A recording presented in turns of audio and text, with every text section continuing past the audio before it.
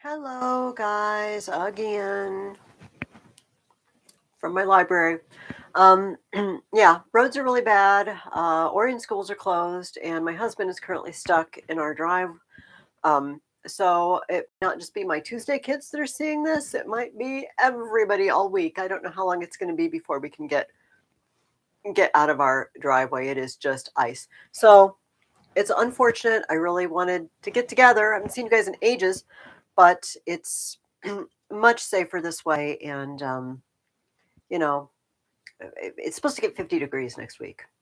I can't imagine that we will be kept from meeting next week. Um, Meanwhile, I hope you're all able to stay in and stay safe. And yeah, and nobody's falling down on the ice going to get the mail or anything. Last week, I had you do imitations, do writing from imitation. Um, if you typed them up and you want to send them to me, it's fine. If you want to just hold on to them, especially if you wrote them out, you can just bring them next week. It's fine. We're going to do another one of those this week. And then we're going to talk about cantos 1 through 12, really 2 through 12, because we talked a lot about one pretty thoroughly last week. And again, I'm so disappointed. We may go a little short. Maybe this disappoints you. Maybe it makes you happy. I don't know. Simply because I was hoping to have some good discussions with you about some of the material and in the Divine Comedy. And obviously, I can't can't get your feedback. I will have to. Hopefully, this will do our winter. Hopefully, this is the end of winter after this passes. But and most of the year I wouldn't need it, but it would be really handy to have my own Zoom room so we could have classes and I could actually hear you and see you. But this is okay, and we can get through. Um, so if we go 10 minutes, 15 minutes short, it's okay, and that will be because we wouldn't have if I could have heard your responses. So grab your reading guide. Hopefully, have your reading guide with you and your uh, copy of the Divine Comedy. Have them there because I'd like to look at some things. But while we do that, I will tell you about a delightful story that they tell about Dante. They say, oh, I go out of focus when I lean forward, don't I? They say that when he uh, became renowned for the Divine Comedy, and by the way, it wasn't released as a unit.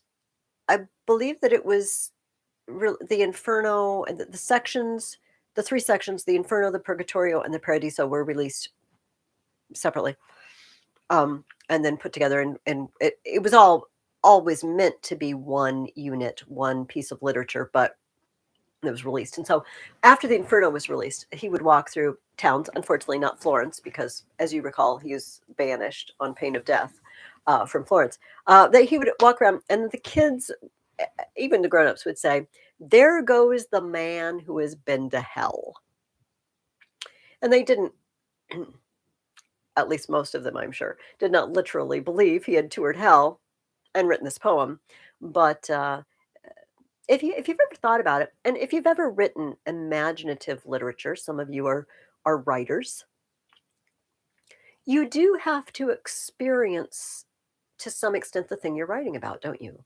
That good poetry comes from actually experiencing the feelings. And so maybe some of you are familiar with a book called The Screw Tape Letters by C.S. Lewis, which is a series of letters written by a demon to another demon about how to tempt human beings. And he said this was a very difficult book because you had to get into the demonic mindset, which is not a good place to be. So likewise, I am sure that Dante had to be in a sort of hellish mindset. So maybe in a sense he has been to hell. Anyway, there's a picture. Our art of the week is a picture. It is a 19th century picture by a French artist. He Hath Seen Hell is the name of the picture. I'll show you. The children are watching him. They're in his Florentine robe and hood. And the mother's pointing. There goes the man who's seen hell. All right. Grab your reading guide and let's take a look at page 83. Last week I had you do 4 sentences where, remember, we're not imitating the style, we're imitating the actual syntactical grammatical structure of the sentence, so that if your model sentence has 3 verbs, you have 3 verbs, and if it has 2 prepositional phrases in a row, you have 2 prepositional phrases in a row. If it has a dependent clause at the beginning, so do you. All right. Now this one's okay. This one's going to be a little challenging because it's very flowery. This is actually medieval, so it's very suitable to be in her book. And it's a description of a perfect woman. All right. I am not going to read the entire thing to you in my copy because you can read it for yourself, A. And B, I want to move on to the Divine Comedy. But I want to point out something. I cheated in my imitation. And so you're not going to get in trouble if you cheat, but do the best you can to follow the pattern. I'll show you where I cheated. I'll show you what I mean here in just a second. Okay, we're going to go through each little section just for the first couple of sentences, okay? The original on the top and my imitation at the bottom. The second one is what I wrote, okay? I did a perfect man. Perfect man. I just because I wrote this doesn't mean I think this makes the perfect man. Okay. So the original says, let the compass of nature first fashion a sphere for her head. Let the compass of nature first fashion a sphere for her head. So I wrote, let the hand of God, instead of the compass of nature, first create, I use the first again, an oval for his head. The original says, let the color of gold give a glow to her hair, and lilies bloom high on her brow. Okay, let's look at mine. That said, let the color of gold. I put let the color of coal. The original says, give a glow to her hair.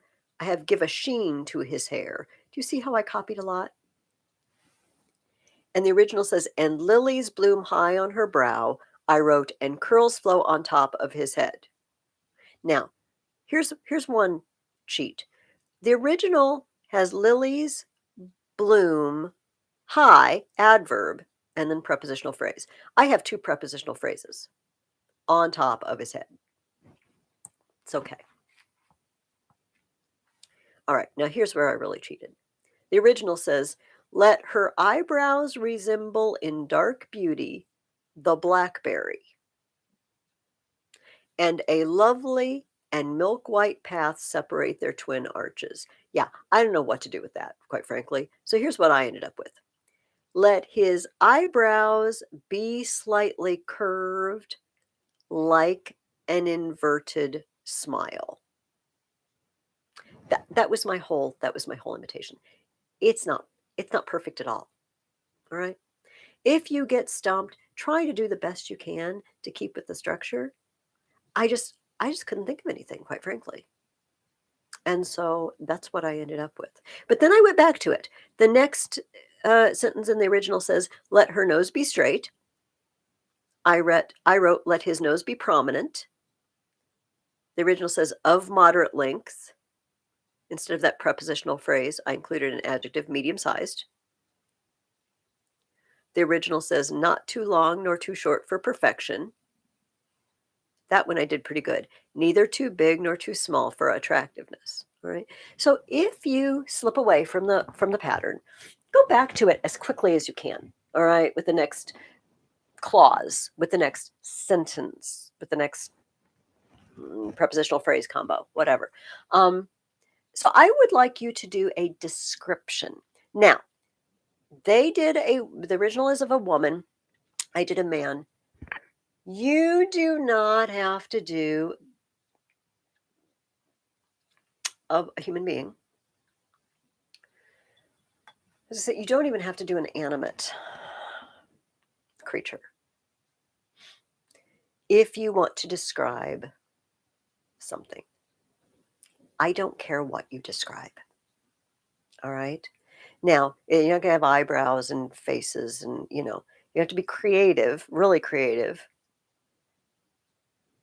If you want to, get an object out, like a vase or I don't know. Those of you who've been to my house know that I really like mice. I have all these little mice statues and all mice holding lollipops. I've got a mouse holding a little cracker that he's eaten half of. A little figurine or something. You could get that out and just describe it. I don't care. This one's a challenge, but keep to the pattern as much as you can, but also know that Mrs. Ferguson cheated and has given you permission to cheat, but not completely ignore the original. Cheating here and there is not, I completely ignored the model and I did anything I wanted. That's not an imitation, okay? But when you're just stumped and you try to keep it as close to, so they used a prepositional phrase, all I can think of is an adjective here. Go for it. That thing about the eyebrows curving, I completely deviated. But notice I went right back to it as soon as I could. All right? If you have any questions at all, call me or email me. But I don't think you should. We just did this. It's just more challenging because it's a whole paragraph. I only want you to do one of them. Or I don't expect you to imitate it 3 different ways or something like that. Just one paragraph. And you can go through the rest of mine if you want to. We went through the first third of it or so. You can go through the rest of it and compare and see what I did. You will probably find more places where I cheated, quite frankly. So that's your writing for this week. Write me another imitation. Send me your sentences if you want to. Keep your sentences and bring them next week if you want to. It is up to you. All right. Let's just dive right in to the Divine Comedy. And we'll spend our whole time on that. I'm going to start with a question for you. This is a question that Dante is exploring in a couple of places that you read this week. How can the souls in heaven be completely happy when they know that people are being tormented eternally in hell? This is a question that has puzzled people, not just in Dante's time, today. Like, what kind of place is that where they're all okay with the fact that some of their loved ones are in hell? Some people's answer has been they forget. Well, that seems to take away part of your humanity.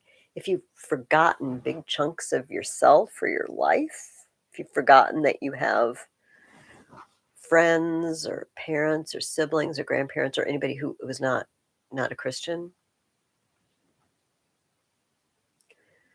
Some people think we won't, pangs of sorrow will come when we remember our loved ones, but then it's not heaven, is it?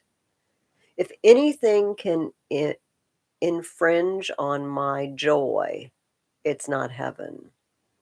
And so, how are we going to be eternally joyous in God's presence and know there is suffering in hell? Dante has some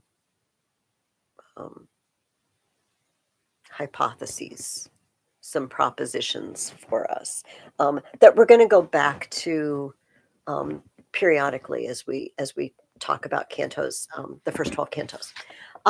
So the first couple of questions that I asked you, obviously we talked about last week. Where does Dante find himself? Where are my glasses? Where does he find himself in the beginning of the poem? In a dark wood, if you recall. And what is this dark wood? Well, literally, it's a dark wood. Figuratively, he has lost his spiritual way, hasn't he? He's not He's not walking the spiritual path that he once was or he was supposed to.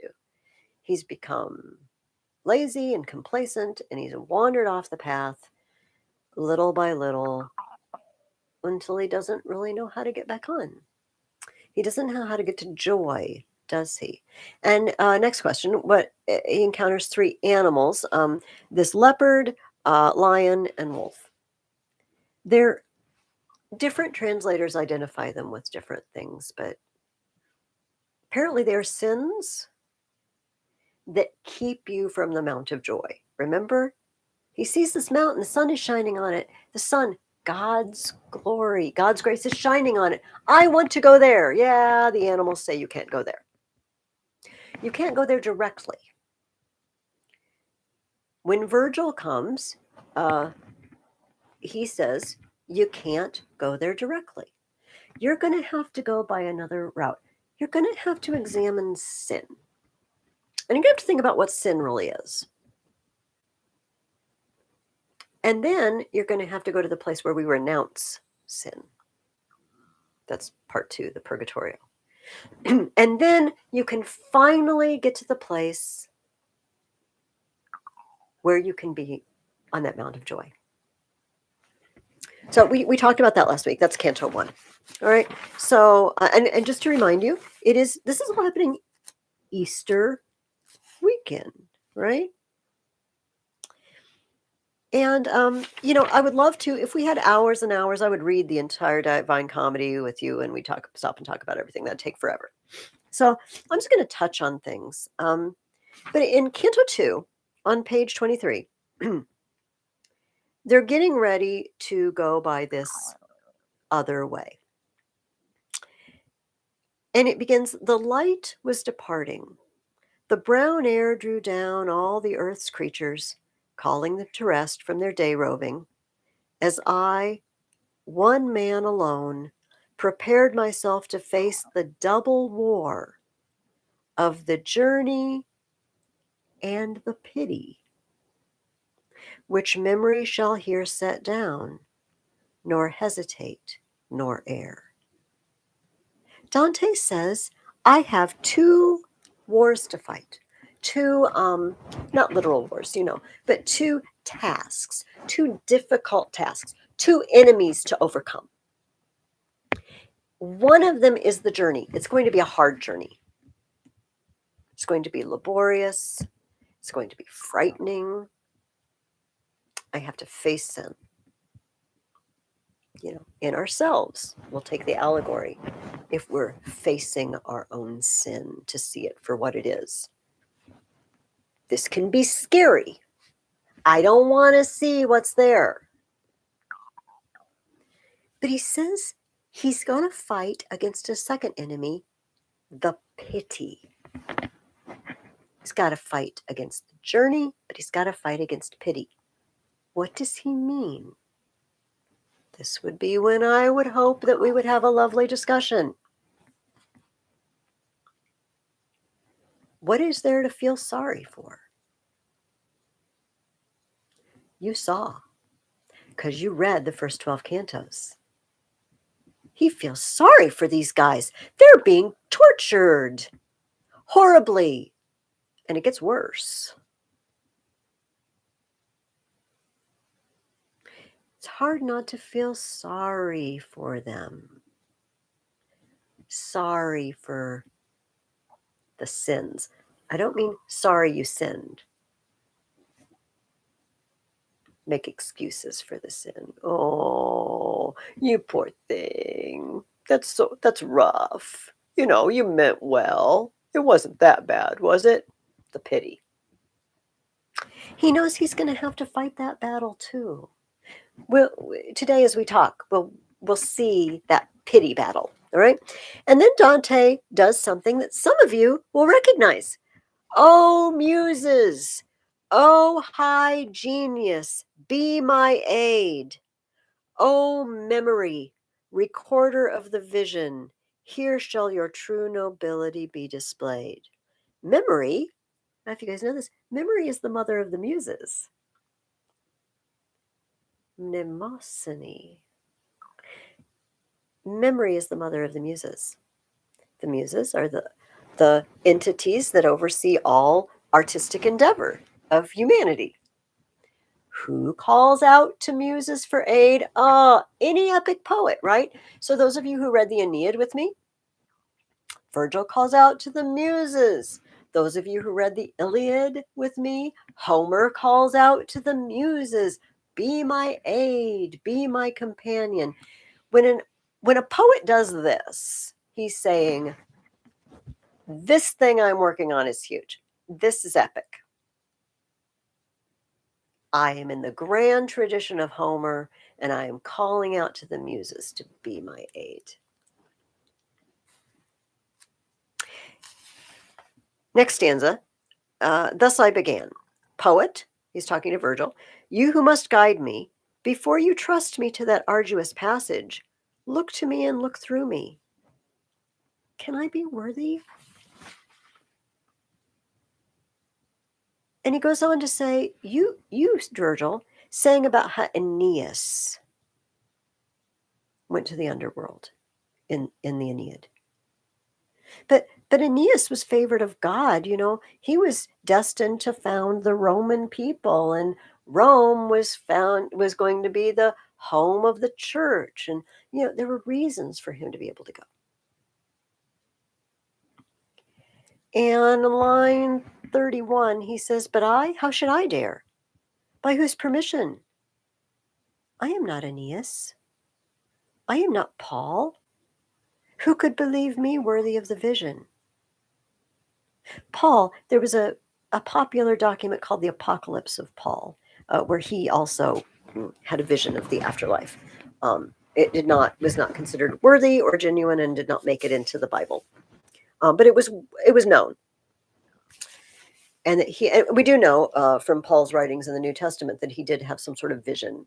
He said, I knew a man who was caught up to the, third heaven and saw unspeakable mysteries, and we're pretty sure he's talking about himself. Dante says, I'm not Aeneas. I'm no Paul. How can I make this journey? How can I presume to make this journey? And Virgil says, okay, I see you're afraid. I think you're afraid. I hear it in your voice. I see it in your eyes. Let me tell you what happened. I had a messenger. Bottom of page 25. It is I, Beatrice, who send you to him. She's talking to Virgil. I come from the blessed height for which I yearn. Love called me here. When amid seraphim I stand again before my Lord, your praises shall sound in heaven. She goes on to say that the Lady of Grace, Mary, spoke to Lucia,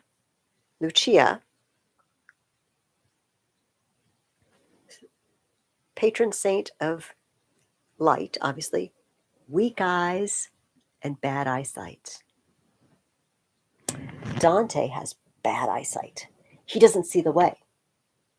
So the healer of eyes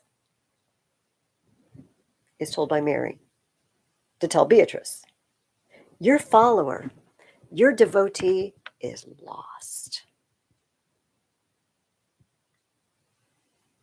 Now, look on the stanza that begins with line 82. Virgil says to her, tell me how you dare to venture thus so far from the wide heaven of your joy, to which your thoughts yearn back from this abyss. How can you stand to leave heaven and be down here? Since what you ask, she answered me, probes near the root of all, I will say briefly only how I have come through hell's pit without fear. Know then, O waiting and compassionate soul, that is to fear which has the power to harm, and nothing else is fearful even in hell. She's come to where Virgil is in hell to send him a message. You have been called to lead Dante out of the wood. So how can you stand to be in hell? Well, here's the thing. You only fear things that can hurt you. There's nothing else to fear, even in hell. Only things that can hurt you. She says, I am so made by God's all-seeing mercy, your anguish does not touch me, and the flame of this great burning has no power upon me. The second one, we're fine with. The flame has no power. Great, we get it. She can't. No tortures of hell can touch the blessed when they come into hell. But she also says, your anguish doesn't touch me. She's incapable of feeling sad or full of pity for them in her glorified state. She can't feel it. It doesn't mean she has no feelings. It means her will is perfectly aligned with God's will. And these people who have gone to hell by choice, which is how anyone ends up there, can't tug at her heartstrings anymore because they've chosen what they've chosen, and this is God's will now. That's what you chose. That's where you go. My will is perfect with his, and so your anguish cannot touch me. This is a clue to the question he asked at the beginning. What about the spirits in heaven thinking about the anguish of the damned in hell? It doesn't touch him. It doesn't touch them. All right, let's move on to Canto 3. In Canto 3, they enter the gate to hell. And I asked you, in the inscription over Hell's Gate, who does it say created hell? I guess I should have said what? What moved God to create hell? If you just wrote God, obviously that's the question I asked.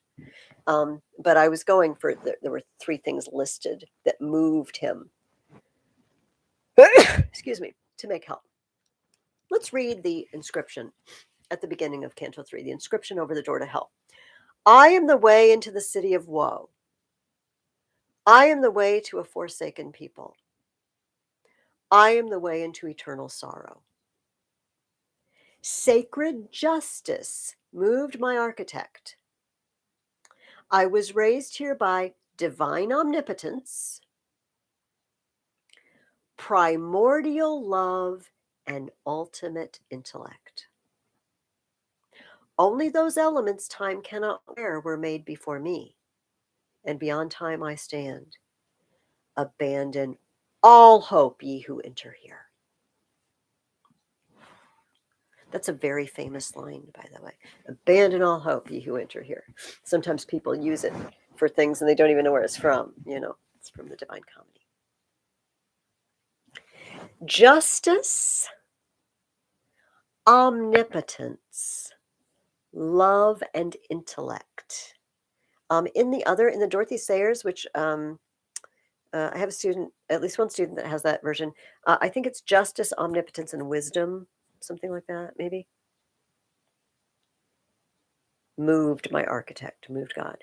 Okay, we understand justice. The inhabitants of the city of hell have chosen to be apart from God. They have chosen to live apart from him, so now eternally they are apart from him. This is just. Omnipotence. God is all powerful, and so he can do what he wants. It just so happens what he wants is always good and true and right. But he has all power to do it. Love and intellect, our translation says. This is a little harder. Love created hell. What? Love created hell. What makes it possible for human beings to go to hell? Again, insert conversation here. God created human beings with free will, didn't he? We get to choose. We choose. Now, granted, in fallen humanity always chooses sin. Without God's grace, we choose sin. All right, this is true. But he offers us grace. Jesus did come. And now we have a choice. And if we take advantage, so to speak, of God's grace, will we become sinless in this life? No. But will we get better and better? Yes, we should be. And frankly, I am a Christian. I have the power of the Holy Spirit. And every time I am tempted to sin, I have a choice. I can ask for God's help. I am not a slave to sin. This is what Paul says in his epistles, right? Love gave me free will, and therefore love gave me a choice. And therefore love opened the possibility that people may not choose him. And when people do not choose him, they can't be with him. They physically, literally cannot be in his presence. They're not equipped. They can't handle it. And so they have to be cast out of his presence always. Love made hell. It sounds so odd when you say it that way, but this is what Dante's saying.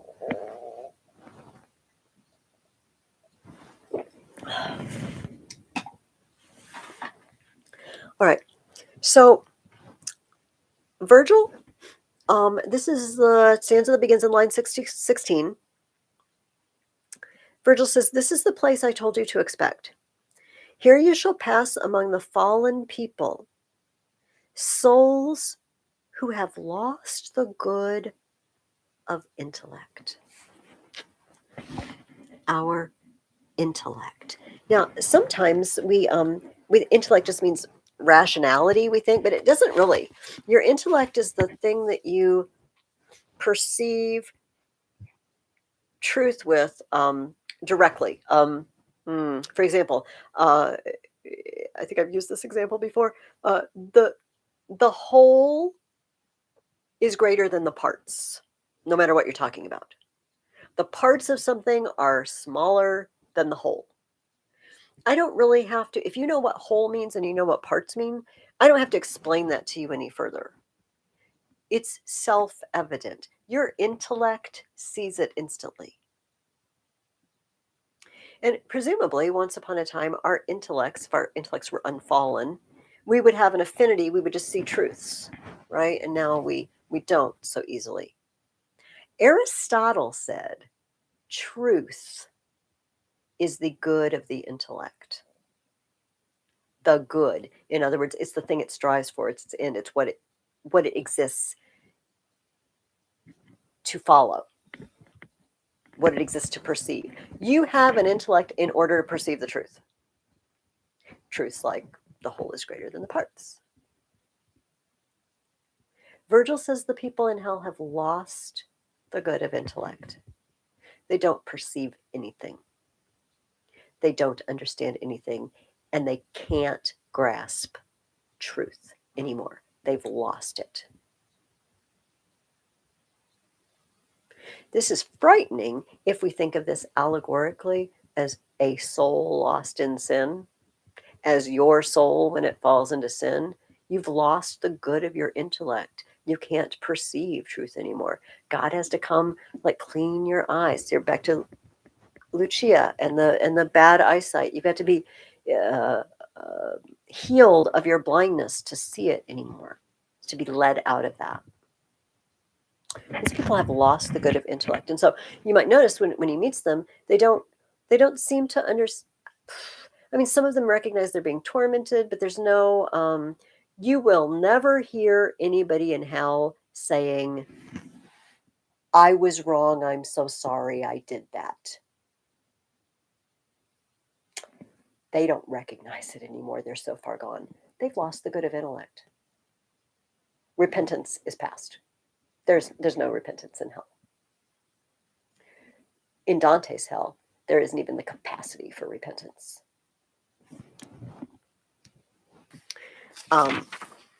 They head out, and we meet. We meet. You notice we meet all sorts of mythological personages. We meet centaurs and Charon, who takes the boatman who takes you across the Styx, and all of these are just perverted appetites, right? Okay, so he comes to the boat, Charon the boatman, who takes people across, and Charon doesn't want to take him because that dude is alive. I do not take living people in my boat. And Virgil says, "Yes, you will, because it is willed where what is willed must be." Notice something as you read. They never say God in hell. No one uses God's name or Jesus's name in hell. Where it is willed must come to be. He says, you have to take him. And all the souls are wailing. And it says, blind. This is the end of Canto 3. Blind, like one whom sleep overcomes in a swoon, I stumbled into darkness and went down. Passes out. He's so overcome, he passes out, and when he wakes up, he's on the other side, right? And he is in the circle of the virtuous pagans. I left out the opportunists, the people who are blown about by the wind, following a standard. They couldn't make up their minds. Now he's in hell proper. And circle 1, virtuous pagans. He heads towards the circle, and in the stanza, Canto 4, stanza that starts with line 10. So depthless, deep, and nebulous and dim, that stare as I might into its frightful pit, it gave me back no feature and no bottom. Hell is like a bottomless pit. We will find out it does have a bottom. But right now, it just looks so deep. And he's going down into it. It's terrifying. And he asks Virgil, who are these? Actually, he doesn't ask Virgil. This is on page 39 still. Stanza starting with line 31. And the master said to me, you do not question what souls these are that suffer here before you? Virgil, possibly the only time here, says, don't you want to know who lives here? Why does Virgil take the initiative? I wish you to know before you travel on that these were sinless, and still their merits fail for they lacked baptism's grace, which is the door of the true faith you were born to. Their birth fell before the age of Christian mysteries, and so they did not worship God's Trinity in fullest duty. I am one of these. For such defects are we lost, though spared the fire and suffering hell in one affliction only, that without hope we live on in desire. Virgil wants him to know who's here because this is Virgil's home in hell. Virgil is one of the virtuous pagans. They didn't know Jesus, but otherwise, as Paul says in the New Testament, they lived according to the best that they knew. So he says we're not tormented in fire or any of the horrible tortures of the lower circles of hell. It's very much actually like Hades, just kind of meh. But he said we have only one affliction, no hope. They can't change their state. They can't leave there ever and go to heaven. Not without Jesus, not without grace. But I just want you to just meditate on that sentence for a minute, that phrase, without hope we live on in desire. That's a pretty horrible punishment. Many writers have talked about the pagan world and many of the myths as being harbingers. And I think we talked about this, those of you who were in my class last year. Pagan stories that gave us glimpses and hints of the truth. Orpheus goes to the underworld to save his beloved, much like Jesus comes down and then goes to hell to save his beloved. There was hope. They didn't know what they were hoping for. There was desire and hope. They wanted a savior. They told stories about saviors, Hercules, great heroes that would come. And then a hero did come. They had desire and they had hope. Now they have no hope. They only have desire for that hero. They know who it is. Virgil knows who it is. But there's no hope anymore of changing his condition. It's heartbreaking. So Dante asks a roundabout question, still on page 40. He says, has anyone ever gone away from this place? Perhaps not on his own merits, but on someone else's merits? Has anyone ever come and taken people out of hell based on their own virtue, not the virtue of those they are taking? Virgil says, line 51, 52, I was still new in this estate of tears when a mighty one descended here among us, crowned with the sign of his victorious years. He took from us the shade of our first parent, of Abel, his pure son, of ancient Noah, of Moses, the bringer of law, the obedient, Father Abraham, David the king, Israel with his father and his children, Rachel, the holy vessel of his blessing, and many more he chose for elevation among the elect. And before these, you must know, no human soul had ever won salvation. This is the harrowing of hell. The story based on 1 Peter, Jesus, where it says Jesus went and preached to the spirits in prison. Jesus went down to the holding place of the dead, the Old Testament era holding place of the dead, and emptied it of everyone who had followed the true God and had been looking forward to there being a savior. So all the patriarchs and so as Dante moves through hell, he sees various places where there has been an earthquake and walls have been broken down. The earthquake that accompanied the crucifixion of Jesus, and then his descent into hell, as it says in the Apostles' Creed.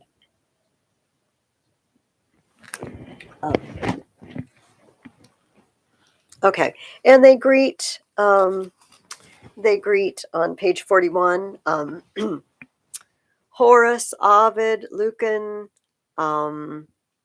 Homer, Prince of Poets, and they all gather around Dante, and so lovely.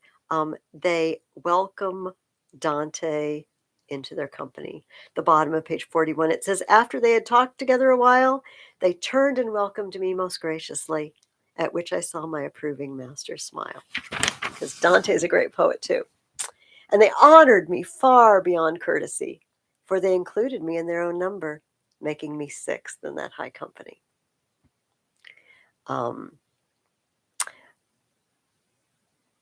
They go on to see Camilla, Electra, Brutus, who overthrew the Tarquin, the guy who threw out the last wicked king of Rome, Aristotle, the master of those who know, ringed by the great souls of philosophy, Socrates, Plato, and Euclid the geometer, and Ptolemy, and Hippocrates.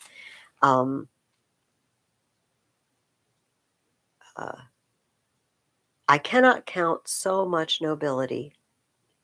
My longer theme pursues me so that often the word falls short of the reality. I've got more to write. I cannot do this experience justice. All right. So it's time to move on, Virgil says.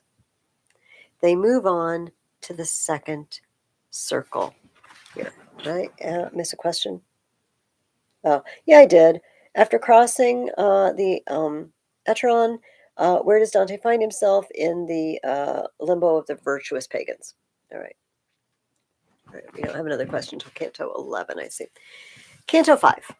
All right, how much time do we have? Okay.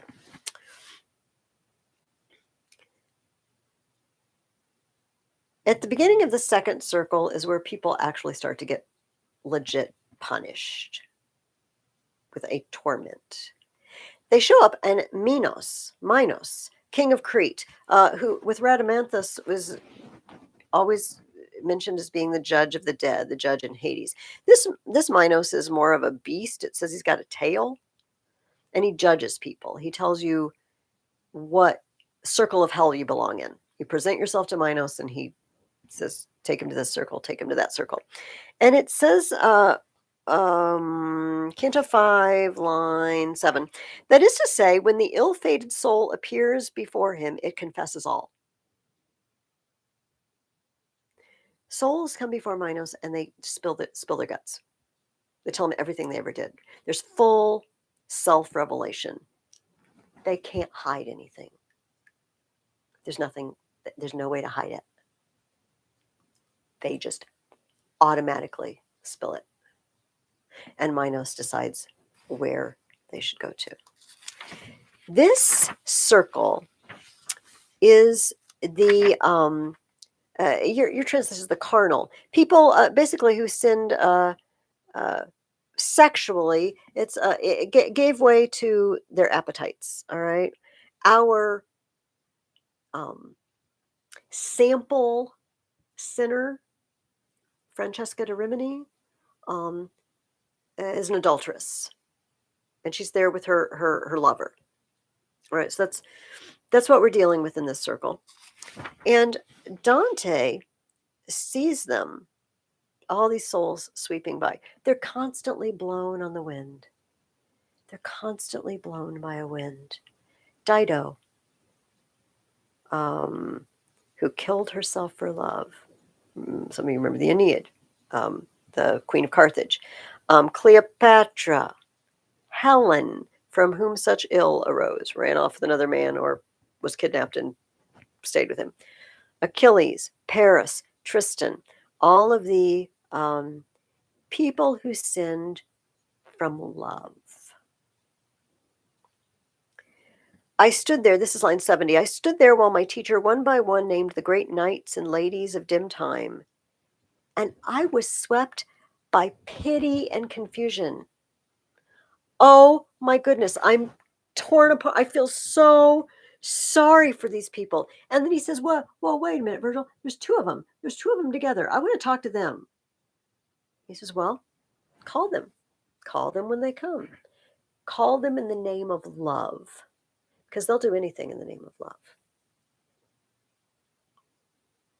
And he calls out and he says, line 87, such was the power of pity in my cry.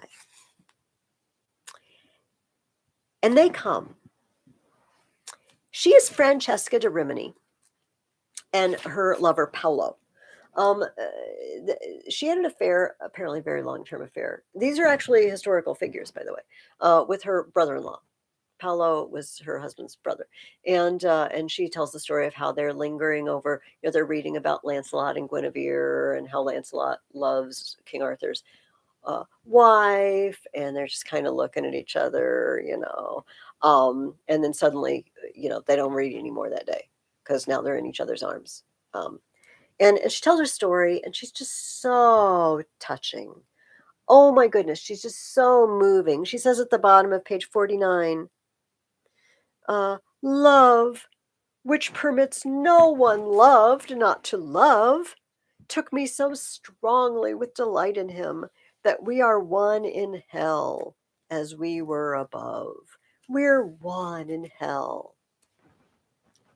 That sounds lovely, doesn't it? Except you notice, A, he never talks. He just groans. B, if you committed a great sin or crime with someone, imagine this, and then you're imprisoned, okay, in the same cell forever. And you're sitting there looking at each other. Can you imagine a conversation that might occur? Perhaps Yeah, it's your fault we're in this mess. What? No, it was you. It was your fault. People do this sort of thing. Being together for eternity isn't necessarily a positive. Not when you have the other one to blame for something. There's no evidence that they're blaming each other, but they don't seem very happy. It's not, she doesn't say anything like, I can take anything as long as Paolo's with me. She says love, which permits no one love not to love. I didn't have any choice. And she tells the story, and in line 112, Dante, turning to those spirits once again, I said, Francesca, what you suffer here melts me to tears of pity and of pain. And at the end of the stanza, he passes out again. He's so overwhelmed with sorrow for these poor star-crossed lovers her husband, his brother, found them together and killed them both and sent them straight to hell without any chance of repentance. And now they're blown forever on the wind. In life, they were just tossed by their emotions, weren't they? Oh, but love, which doesn't allow the loved one not to love. I just have to. I have to follow my feelings. And then blown around. Now they're eternally blown around. Dante passes out, wakes up in the next circle. Doesn't know how he got there. Who's in the next circle? The gluttons. I've shared with you, this is a problem for me. This is a hard canto for me to take. All right. Who's watching over the gluttons? Cerberus, a three-headed dog who just wants to eat everything, right? He'll eat anything. You throw him anything and he'll eat it. Virgil wants to shut him up and he just throws like dirt in his mouth and he eats that. He'll eat anything. And they meet Chaco, which means the hog. This guy was from Florence and apparently he was just such a notorious glutton they called him the hog. That's pretty bad. They just wallow in rainy, slushy yuck. This is a good day to talk about that because the roads are kind of rainy, slushy yuck, aren't they? Just falling on them. Because you know what? Gluttony, it's like, oh, all these delicacies and dainties, and I love the foods, and what, if you strip away the sensory pleasure, it's just filling your body with more and more slush. And frankly, not to be too gross, but Dante is so gross sometimes. You will find out, what does your food turn into eventually? That's what gluttony is. That's what the food becomes, just a slushy, gross mess. And they wallow in it.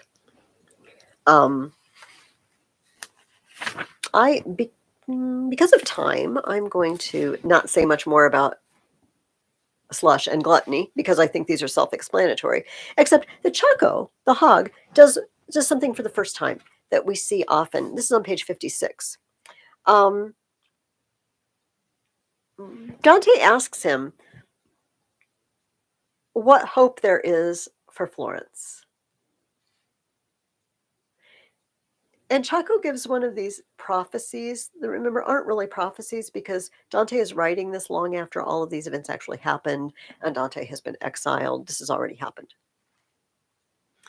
And Chaco says, white shall rise over black, and then within 3 suns, the fallen one shall rise, the blacks will rise, and then they will take over the whites. And he prophesies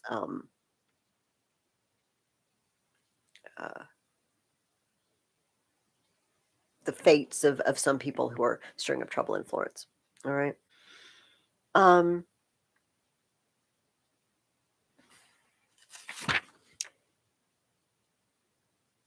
Let's move on. In Canto 7, they head to the next circle and they meet another monster, Plutus, who just garbles words at them. And they meet the hoarders and the wasters, people who abused things, right? So they stockpiled way more than they needed, or they just wasted. And Okay, this doesn't mean not eating the food in the fridge and then throwing a little bit of it out because it went bad before you could eat it. These were the model wasters that are shown in this canto.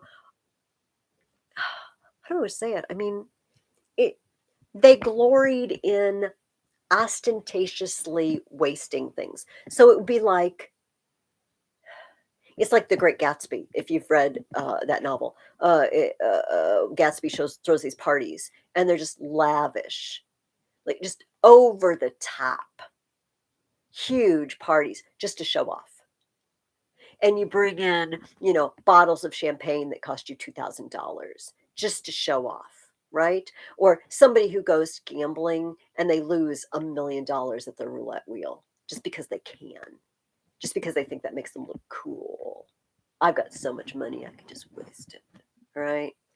Um, People who do stupid, showy stuff with their belongings. Does that make sense? So not I wasted a little bit of food, or I bought something frivolous that I didn't need, although doing that a lot for showy reasons would end up being a waster. But it's that sort of thing. So don't think, oh, I didn't eat all the pork chops in the fridge and threw them out. I'm a waster. That's not what he's talking about. People who ostentatiously waste, or people who just stockpile, and they roll these rocks, right? They roll these rocks around their circle and they bash into each other, and then they roll them back to the other side of the circle and they bash each other for eternity. Um,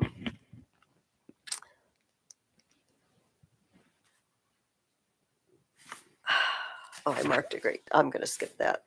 Um, so Dante asks him, what's the deal with these guys? And Virgil says, um, uh, in their sordid, this is line 51, 2, 3, maybe.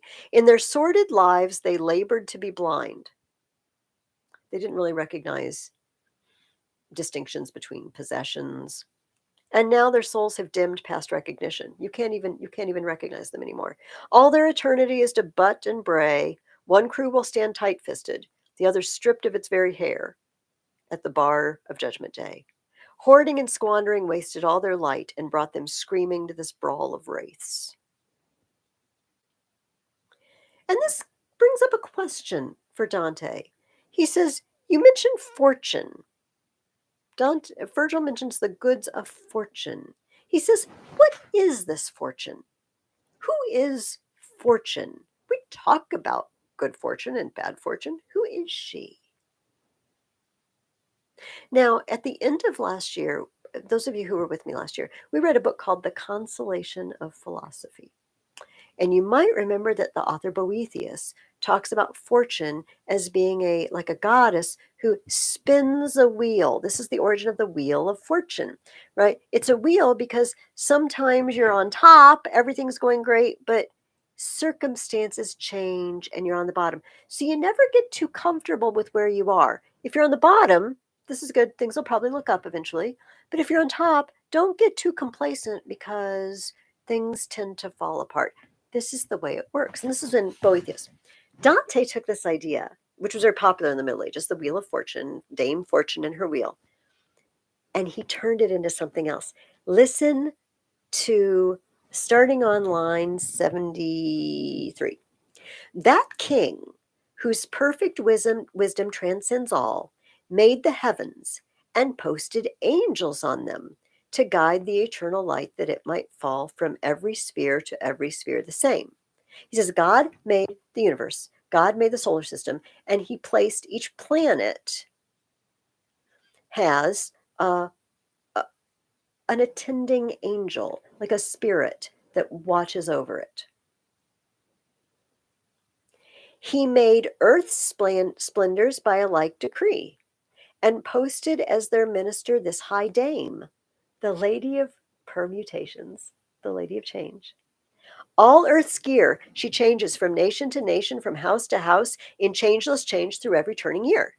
No mortal power may stay her spinning wheel. The nations rise and fall by her decree. None may foresee where she will set her heel. She passes, and things pass. Man's mortal reason cannot encompass her. She rules her sphere as the other gods, which means the other angels, rule theirs. Season by season, her changes endlessly. And those has whose turn has come press on her so. She must be swift by hard necessity.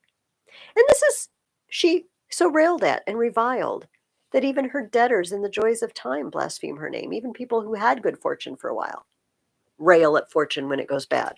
Their oaths are bitter and wild, but she in her beatitude does not hear. Among the primal beings of God's joy, she breathes her blessedness and wheels her sphere. Dante has fortune being the attendant spirit put by God to oversee earth. And what does she do? She just moves stuff around. Sort of like the oceans flow and rivers flow and winds blow and storms move across the earth. She just moves goods.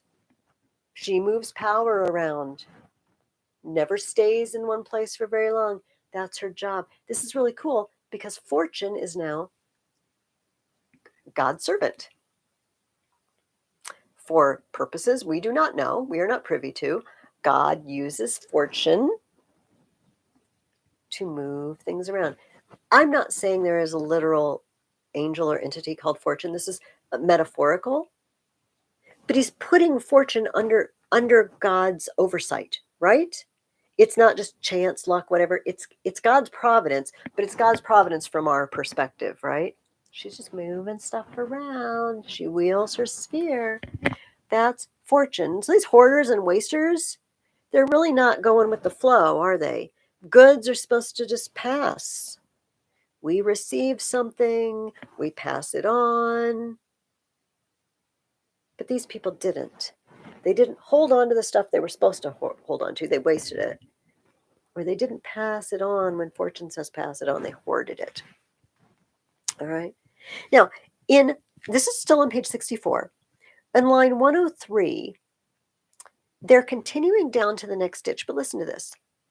By that foul water, black from its very source, we found a nightmare path among the rocks and followed the dark stream along its course. And he describes the rocky race and wild descent. For the first time, Dante describes the journey. Remember all the times he passed out and he just wakes up in the next place? He passes out at Charon's boat. He passes out with Francesca and Paolo. He doesn't see how he gets to the next level because he's passed out. Virgil takes him there. Now he says, oh, the path is getting rocky. The path is noticeably rough here. What's the significance? Perhaps, if we want to go with the allegory, perhaps the beginnings of sin, it's very easy to just fall into and you don't know how you got there. Well, I just felt this way. I just wanted to eat all of that. But he loved me. Then hoarders and wasters start to make a little bit more choice, but they're still sort of following their emotion, right? But I wanted it. I wanted more of them. But I wanted everybody to think I was awesome, so I threw the big party. I'm not saying parties are evil, by the way. These are over the top, ostentatiously wasteful parties, okay? But suddenly Dante is noticing the path. Oh, I'm getting deeper in. It's getting rougher. The deeper he moves into sin, the more he notices what is happening. But those first steps, oh, they're so easy. It's just like, oh, I just ended up here. I don't know. I just was here suddenly. It's changing. And he's headed for the wrathful, the angry. And the guardian is Phlegius. It tells you in the note, this is a very good place to look at the note. He's interesting for the wrathful. It says he's son of Mars by a human mother, angry at Apollo, so he set fire to Apollo's temple.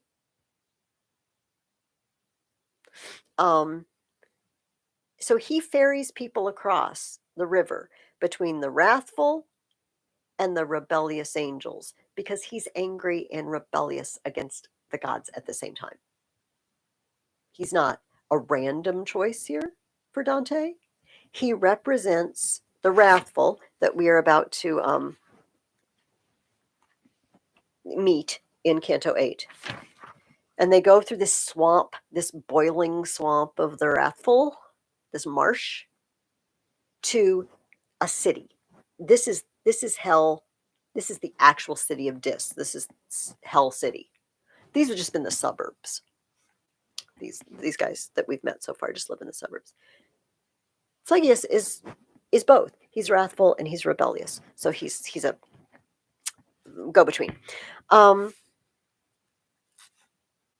they see the wrathful, just angry. And here's what I love. I love one group of this. There's two kinds of wrathful. And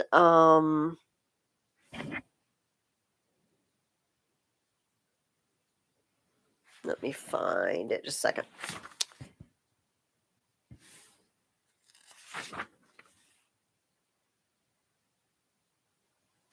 Oh, I can't find it.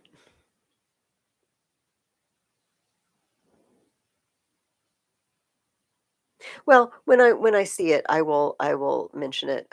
But the thing I was looking for was some of them are just in the swamp and they're raging. Some of them, there's just little bubbles. There's just little bubbles that appear in the swamp, and they're the sullen. Do you know? Maybe you know someone like this. They get angry, but they just pout and simmer and stew, and there's their nastiness, and they're just like bubbles coming up from the swamp. I love that. So they pass a guy. They're in the boat going to the city, right through the marsh of the wrathful, and one of them yells out at the bottom of page 68, "Who are you? Come here before your time. You're alive. What are you doing here?" And of course, I picture this in an angry voice because he's one of the wrathful. Top of page 69, line 34. And I replied, "If I come, I do not remain. But you, who are you? So fallen and so foul." And he, "I am one who weeps." And I then, "May you weep and wail to all eternity, for I know you, hell dog, filthy as you are." Then he stretched both hands to the boat, but warily the master shoved him back, crying, "Down, down with the other dogs." Then he embraced me, saying, "Indignant spirit, I kiss you as you frown. Blessed be she who bore you. In world and time, this one was haughtier yet," this one in the marsh, the angry one. "Not one unbending graces his memory. Here is his shadow in slime. How many living now, chancellors of wrath, shall come to lie here yet in this pigmire, leaving a curse to be their aftermath?" And I, "Master, it would suit my whim to see the wretch scrub down into the swill before we leave this stinking sink in him. I wish somebody just dunk him." And he said to me, "Before the other side shows through this mist, you shall have all you ask. That is a wish that should be gratified." And shortly after, I saw the loathsome spirit so mangled by a swarm of muddy wraiths that to this day I praise and thank God for it. All right. What? Dante is chewing out some poor soul in the swamp. And he says, "Yeah, you deserve worse. I wish somebody would dunk you." And he tells Virgil, "I wish somebody just pounce on him and just dunk him and just hold him under." And Virgil says, "Good for you." What's going on? That doesn't seem very nice. We might think, oh, well, they're in the circle of the wrathful, so Dante's getting angry because he is getting angry. This time he's getting angry with something good. Look at the difference. "Oh, Francesca, I'm so sorry for you and everything that happened to you. I'm just going to pass out." Versus, "You dirty, rotten, wrathful person, you should be dunked." It sounds mean if we take it literally, the beings, the souls. Metaphorically, it's easier to swallow. How should we feel about our sins? Should we pity them and pamper them? Oh, you poor thing. I understand. Or should we say, you are disgusting. Get out. You should be destroyed. That's how we should address our sins. Dante's learning to recognize sin. He's also turning into someone more like Beatrice, right? Their anguish cannot touch me because I'm being aligned to the will of God. This man has chosen the swamp of the wrathful with his life, with his rejection of God and God's grace. And therefore, we should treat him in accordance with God's will. It sounds terrible when you read it. Like, somebody ought to shove your head under the swamp. But it's actually a good thing in Dante. And this is why Virgil praises him. You're learning to see sin for what it really is. Okay, they come to this gate, right? This city, and they can't get in. That great soul, Virgil, line 112-ish, 13, stood alone outside the wall. Then he came back. His pain showed in his pace. His eyes were fixed upon the ground. His brow had sagged from its assurance. He sighed aloud, "Who has forbidden me the halls of sorrow? I can't get in. They won't let me in." Who is Virgil? Remember in the allegory? Virgil is human reason. There's certain things human reason can't do. There are doors human reason can't unlock. They need help. And in Canto 9, he gets help. A heavenly messenger comes and opens the door. This wall has got, what's it got? The Furies, right? That hound you to insanity if you break certain laws, if you commit certain sins. Medusa, who will turn you to stone. Unable to repent, just total despair. I have fallen into despair like a stone. That's what they want to do to the sinners. And then suddenly, this great one comes. He just basically, and doors open. And I love this simile. This is line 73. As frogs before the snake that hunts them down churn up their pond in flight until the last squats on the bottom as if turned to stone. So I saw more than 1,000 ruined souls scatter away from the one who crossed dry shod the Stygian marsh into hell's burning bowels. The souls in the swamp just like jump like frogs out of the way of a snake. With his left hand, he fanned away the dreary vapors of that sink as he approached, and only of that annoyance did he seem weary. He's not even paying attention to anything. It's like, oh, it's nasty in here. Get that out of my face. Clearly, he was a messenger from God's throne, and I turned to my guide, but he made a sign that I should keep my silence and bow down. What scorn breathed from that angel presence. He reached the gate of Dis, and with a wand he waved it open. There was no resistance. And he goes on to say, well, why do you rebel? Why do you set yourselves against the throne? Why do you butt against fate? Why do you fight God? Top of page 78. Then he turned back through the same filthy tide by which he had come. He did not speak to us, but went his way like one preoccupied by other presences than those before him. Their anguish cannot touch him.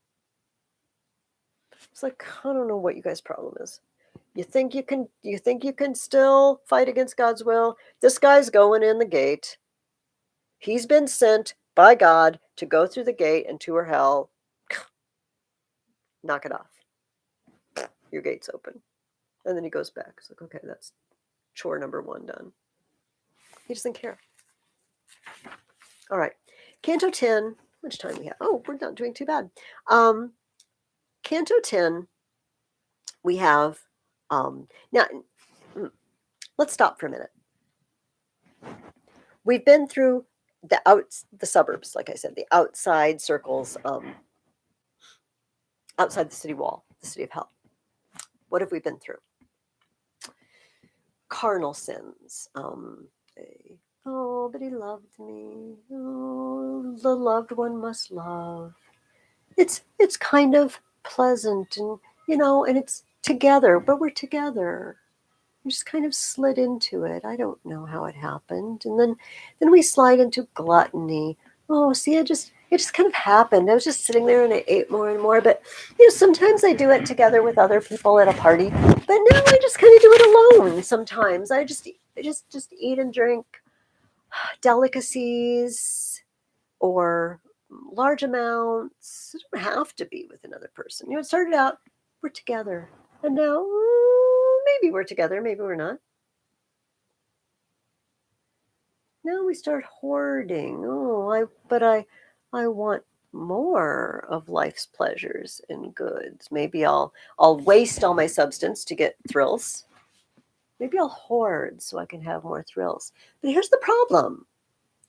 When I hoard, I'm in competition with you because you might have more stuff than me. You might have stuff I want. We're going to come to odds. And if I'm a waster and I want to show off, maybe someone else is wasting and showing off. And it's like, I'm competing with you. I'm competing. And if I can't beat you, I'm going to start getting angry. We just went down the 4 circles. They're not random. Dante didn't just pick 4 sins. I was like, okay, let's stick them there. They are a progression that we slip from one to another, but they all have something in common. And this is why they're outside the wall. They don't really involve an active choice. They're just following your feelings. I eat what I want. I buy what I want. I'm just angry. I just feel angry. But I love him, but I'm angry. It's all feelings.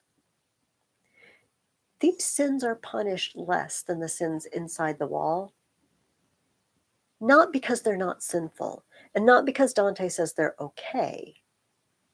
It's because they're natural and understandable and easy to fall into. But now we're going to go inside the city walls, and there are 2 big groups of sins in there: violence and fraud. If I choose to be violent against you, this includes stealing your stuff, it includes hurting you. I choose to do it. Cain might have been angry with Abel, and that would have been a circle of the wrathful, right? But he invited him out into a middle of nowhere and killed him. That was planned.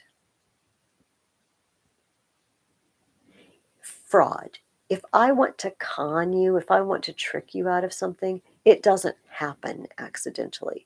We don't say, I accidentally killed you. Now, we do accidentally kill people. Dante would not put you with the murderers. He might put you with the wrathful, you see. This is violence with intent. I decided to do something nasty, and I put a plan in effect. Or fraud. I decided to defraud someone. I decided to lie. I decided to cheat them. I decided to counsel them to do something horrible. I made a conscious decision. You see, they're inside the wall. But it starts with just following your feelings. Just following your feelings. And then suddenly you're at the wall where Medusa turns you to stone. Maybe you can't repent. I'm in too deep now. I've despair of ever being forgiven. I might as well keep going. It's like those of you who've read Macbeth with me. I've crossed the river of blood so far, I might as well go on to the other side, he says. Might as well kill more people, says Macbeth. So inside the city, this is very different. These people all made a conscious decision. They weren't just swayed by feelings, okay? So Canto 10, we have heretics. All the lower sins start out with what? Rebellion against God. They have refused God. They're heretics. These particular heretics apparently were known for not believing in the immortality of the soul, which is very humorous since here they are for eternity with their immortal souls. They're in little tombs, in little graves. They killed the soul while they were alive by saying it didn't exist, and now they are permanently in little graves. Um, the heretics. Uh,